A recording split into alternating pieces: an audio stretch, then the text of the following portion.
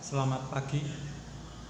Saat ini saya akan melanjutkan membaca kitab Yesaya, yaitu dari Yesaya 11. Raja damai yang akan datang.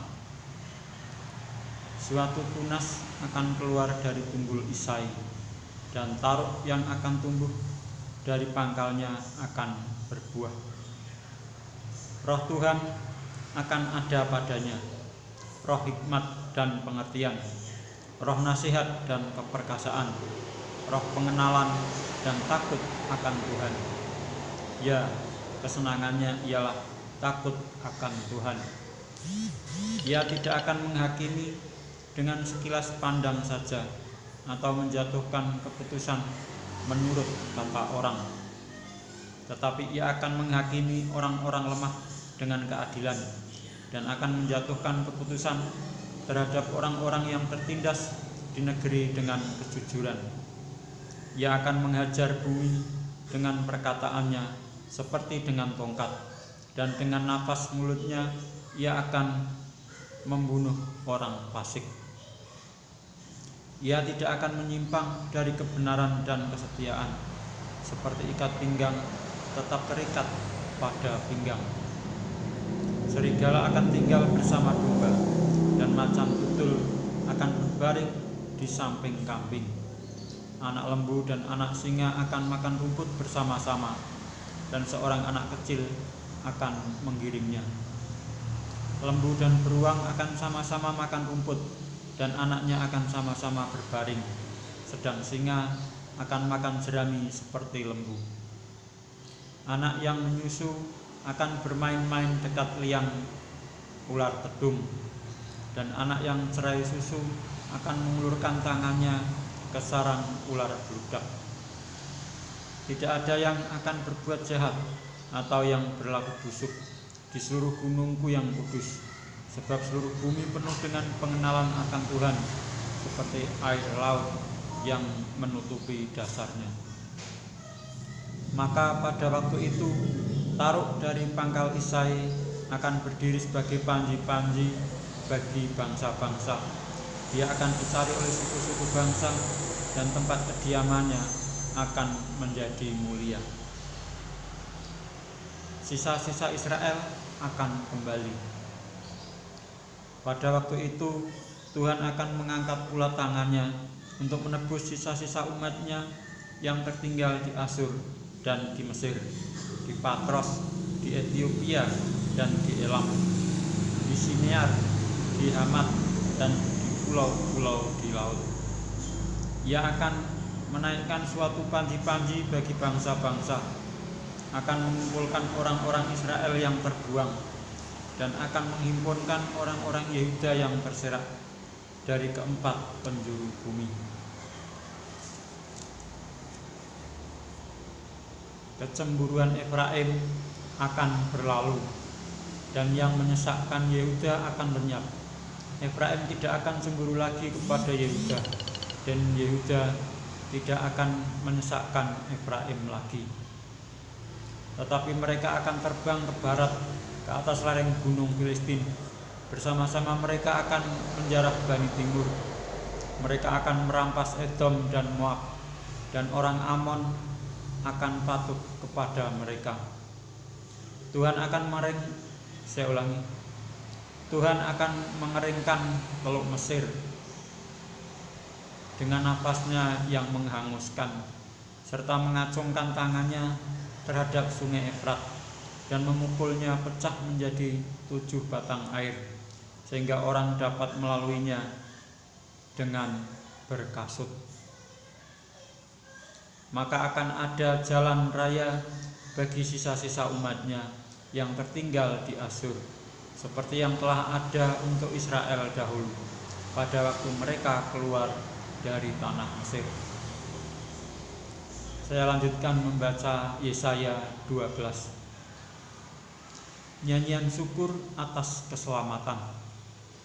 Pada waktu itu engkau akan berkata, aku mau bersyukur kepadamu ya Tuhan, karena sungguh pun engkau telah murka terhadap aku, tetapi murkamu telah surut dan engkau menghibur aku.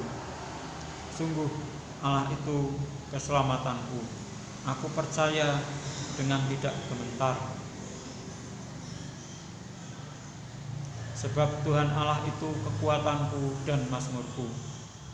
Ia telah menjadi keselamatanku. Maka kamu akan menimba air dengan kegirangan dari mata air keselamatan. Pada waktu itu kamu akan berkata, bersyukurlah kepada Tuhan, panggillah namanya, beritahukanlah perbuatannya di antara bangsa-bangsa, masyhurkanlah bahwa namanya tinggi luhur. Bermazmurlah bagi Tuhan, sebab perbuatannya mulia. Baiklah hal ini diketahui di seluruh bumi. Berserulah dan bersorak-sorailah, hai penduduk Sion, sebab yang Maha Kudus, Allah Israel, agung di tengah-tengahmu. Saya lanjutkan membaca Yesaya 13. Ucapan ilahi terhadap Babel. Ucapan ilahi terhadap Babel yang dinyatakan kepada Yesaya bin Amos. Naikkanlah panji-panji di atas gunung yang gundul, berserulah terhadap mereka dengan suara nyaring. Lambaikanlah tangan supaya mereka masuk ke pintu-pintu gerbang para bangsawan. Aku ini telah memerintahkan orang-orang yang kukuduskan, telah memanggil orang-orang perkasaku untuk melaksanakan hukuman murkaku, orang-orangku yang beria-ria dan bangga. Ada suara keramaian di atas gunung-gunung, seperti suara kumpulan orang yang besar jumlahnya, suara kegaduhan dari kerajaan-kerajaan, dari bangsa-bangsa yang berkumpul. Tuhan semesta alam sedang memeriksa pasukan perang. Mereka datang dari negeri yang jauh, ya dari ujung langit, yaitu Tuhan, serta yang melaksanakan amarahnya untuk merusakkan seluruh bumi. Merataplah, sebab hari Tuhan sudah dekat. Datangnya sebagai pemusnahan dari Yang Maha Kuasa. Sebab itu semua tangan akan menjadi lemah lesu, setiap hati manusia akan menjadi tawar, dan mereka akan terkejut. Sakit mulas dan sakit beranak akan menyerang mereka. Mereka akan menggeliat kesakitan seperti perempuan yang melahirkan. Mereka akan pandangan dengan tercengang-cengang. Muka mereka seperti orang yang demam. Sungguh, hari Tuhan datang dengan kebengisan, dengan gemas, dan dengan murka yang menyala-nyala, untuk membuat bumi menjadi sunyi sepi, dan untuk memunahkan daripadanya orang-orang yang berdosa. Sebab bintang-bintang dan gugusan-gugusannya di langit tidak akan memancarkan cahayanya. Matahari akan menjadi gelap pada waktu terbit, dan bulan tidak akan memancarkan sinarnya. Kepada dunia akan kubalaskan kejahatannya, dan kepada orang-orang fasik kesalahan mereka. Kesombongan orang-orang pemberani akan kuhentikan, dan kecongkaan orang-orang yang gagah akan kupatahkan. Aku akan membuat orang lebih jarang daripada emas tua, dan manusia lebih jarang daripada emas Ofir. Sebab itu aku akan membuat langit gemetar, dan bumi pun akan bergoncang dari tempatnya pada waktu amarah Tuhan semesta alam, dan pada hari murkanya yang menyala-nyala. Seperti kijang yang dikejar-kejar, dan seperti domba yang tidak digembalakan, demikianlah mereka akan berpaling masing-masing kepada bangsanya, dan melarikan diri masing-masing ke negerinya. Setiap orang yang didapati akan ditikam, dan setiap orang yang tertangkap akan rebah mati oleh pedang. Bayi-bayi mereka akan diremukkan di depan mata mereka. Rumah-rumah mereka akan dirampoki, dan istri-istri mereka akan ditiduri. Lihat, aku menggerakkan orang Madai melawan mereka, orang-orang yang tidak menghiraukan perak dan tidak suka kepada emas. Panah-panah mereka akan menembus orang-orang muda. Mereka tidak akan sayang kepada buah kandungan, dan mereka tidak menaruh kasihan kepada anak-anak. Dan Babil yang permai di antara kerajaan-kerajaan, perhiasan orang Kasdim yang megah, akan sama seperti Sodom dan Gomora pada waktu Allah menunggang balikkannya. Tidak ada penduduk untuk seterusnya, dan tidak ada penghuni turun-temurun. Orang Arab tidak akan berkemah di sana, dan gembala-gembala tidak akan membiarkan hewannya berbaring di sana. Tetapi yang akan berbaring di sana ialah binatang gurun, dan rumah-rumah mereka akan penuh dengan burung hantu. Burung-burung unta akan diam di sana, dan jin-jin akan melompat-lompat. Anjing-anjing hutan akan menyalak di dalam puri-purinya, dan serigala-serigala di dalam istana-istana kesenangan. Waktunya akan datang segera, dan usianya tidak akan diperpanjang. Saya lanjutkan membaca Yesaya 14. Ejekan tentang Raja Babil. Sebab Tuhan akan menyayangi Yakub dan akan memilih Israel sekali lagi, dan akan membiarkan mereka tinggal di tanah mereka. Maka orang asing akan menggabungkan diri kepada mereka, dan akan berpadu dengan kaum keturunan Yakub. Bangsa-bangsa lain akan mengantar Israel pulang ke tempatnya. Lalu kaum Israel akan memiliki bangsa-bangsa itu di tanah Tuhan sebagai hamba-hamba lelaki dan hamba-hamba perempuan. Demikianlah mereka akan menawan orang-orang yang menawan mereka, dan akan berkuasa atas para penindas mereka.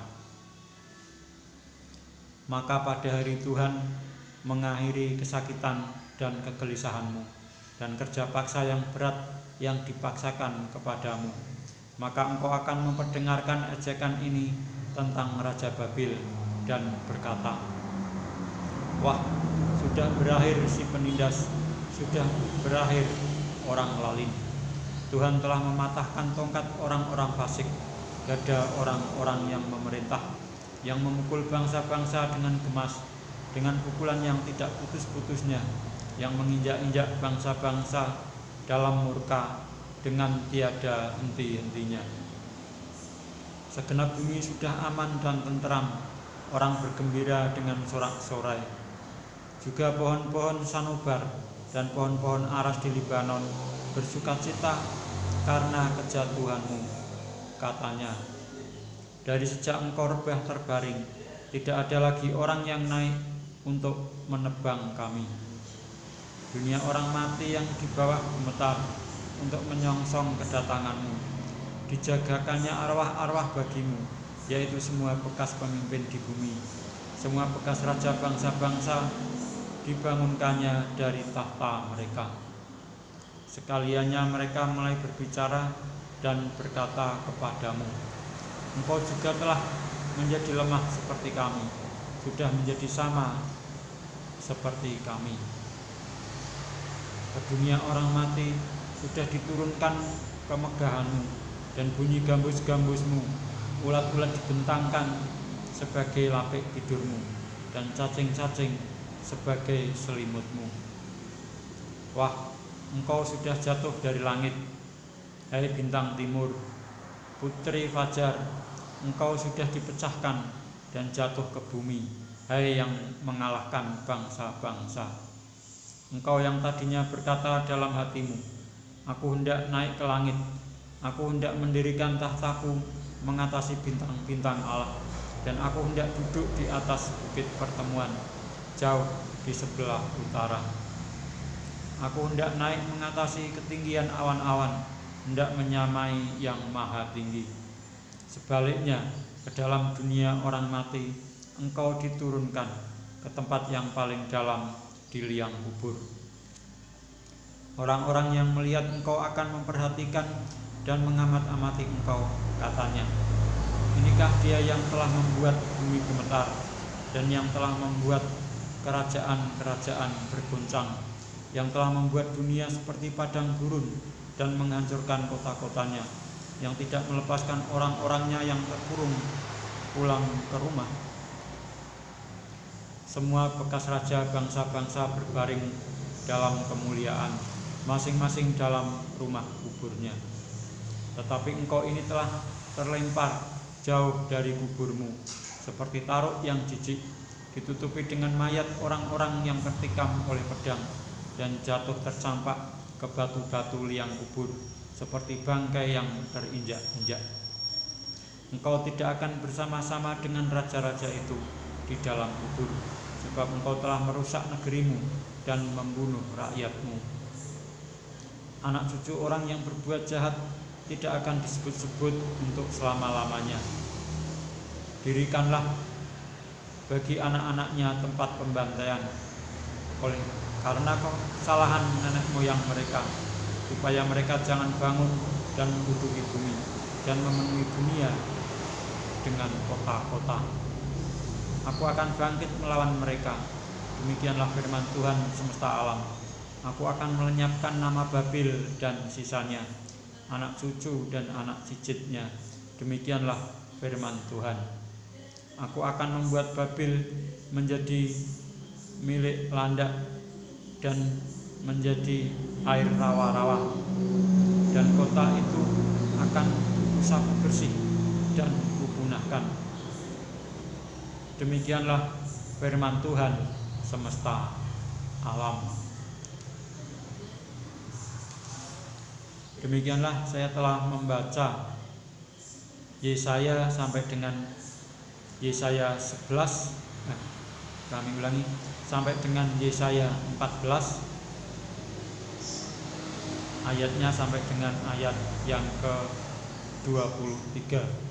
Dan saya akan melanjutkan membaca Yesaya 14 mulai ayat 24 pada kesempatan berikutnya.